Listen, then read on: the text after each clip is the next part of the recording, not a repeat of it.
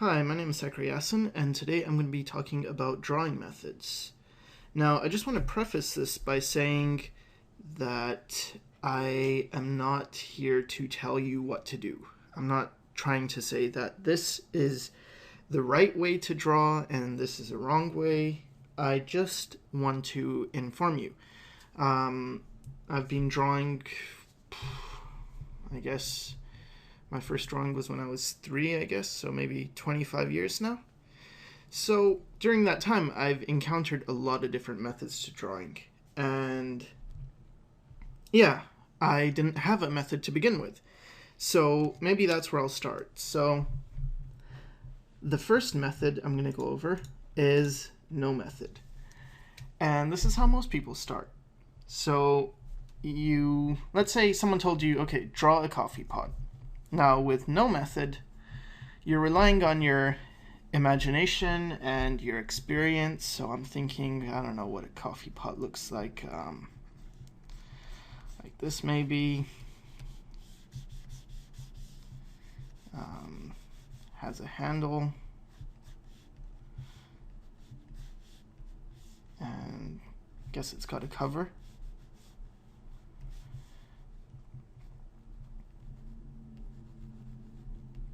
So I don't know, something like that. And even this, I mean, it's informed by my years of drawing experience, so it's not as bad as it would be had I no experience. But the thing is, this way of drawing, it's only going to take you as far as your talent allows.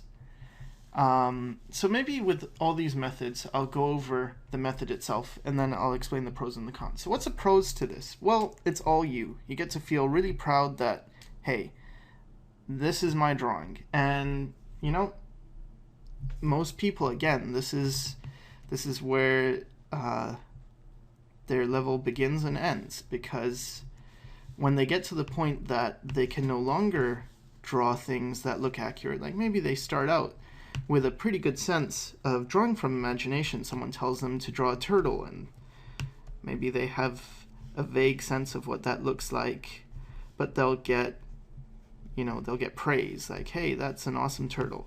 And then they'll keep it up until the point when they're disappointed because someone will say, draw a person, and then, hey, I'm not really good at that. So the pros are that, you know, it's all you. The cons, you can only go as far as your talent and understanding allows. All right, so that's no method. Now, here's another method. Method number 2, tracing. So you want to draw a coffee pot. So you find a picture of a coffee pot and you trace it.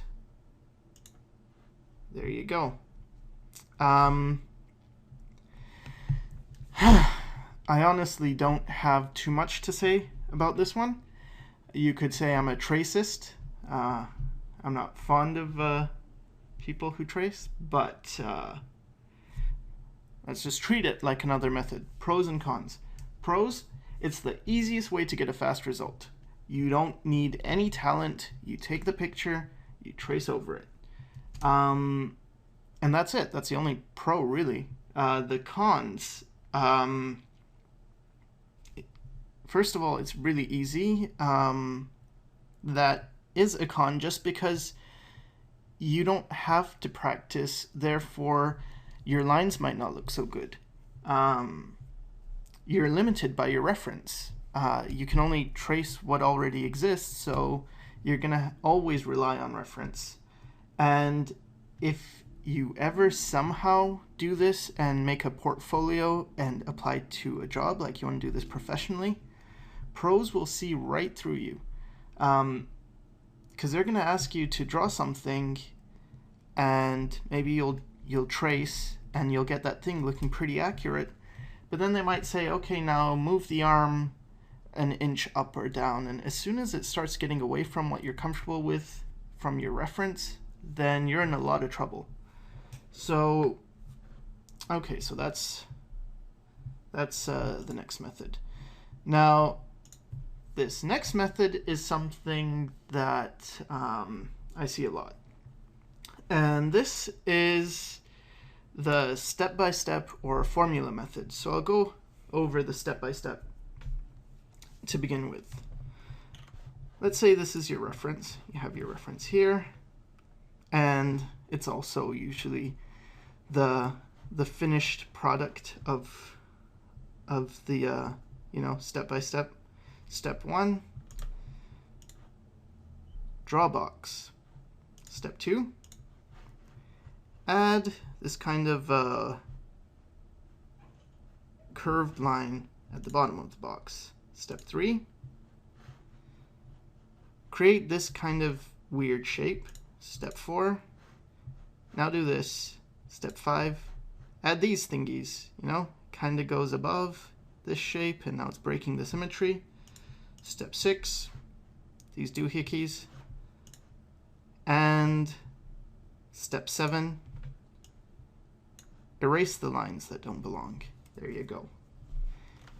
And I mean, usually you don't even get this reference. You just get this. Now, what's good about this and what's bad? Good thing is this is a nice confidence boost. You can actually follow these steps and have a drawing done that looks like something.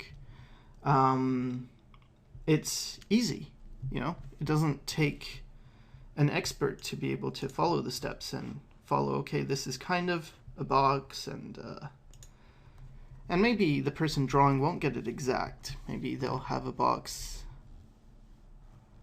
like that, and then step 2 will come in and they'll get their oval maybe like this, or I mean, it's gonna look off, but hey, it's nice for someone just starting out who doesn't have much confidence to get a somewhat decent result.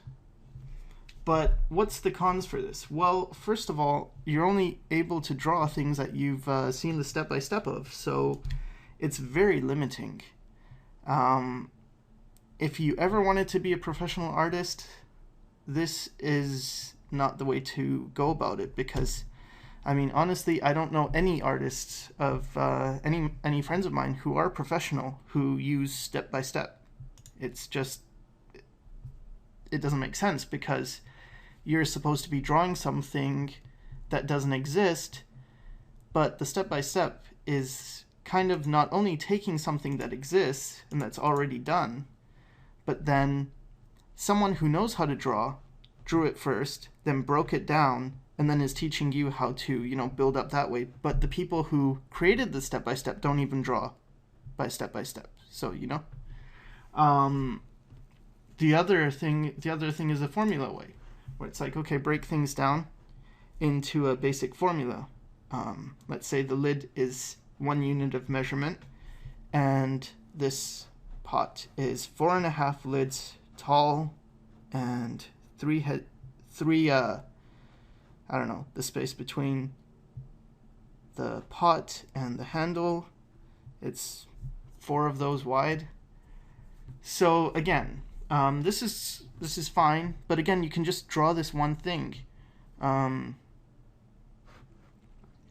I think formula is a bit better than step-by-step, just because you can turn this around if you learn the formulas and then still understand, you're getting proportion down here. Whereas with step-by-step, you're not really getting an understanding of proportion. You're just copying things to get a good result. And again, this isn't a bad technique. If you're just starting to draw and you just want to get something that looks like something, right? That's your whole goal. Like maybe I want to draw a car or a shoe or a portrait. And that's as far as you want to take it. You're not interested in becoming professional. You just want to draw something that looks like something. Then hey, this is a great way. So I'll move on now.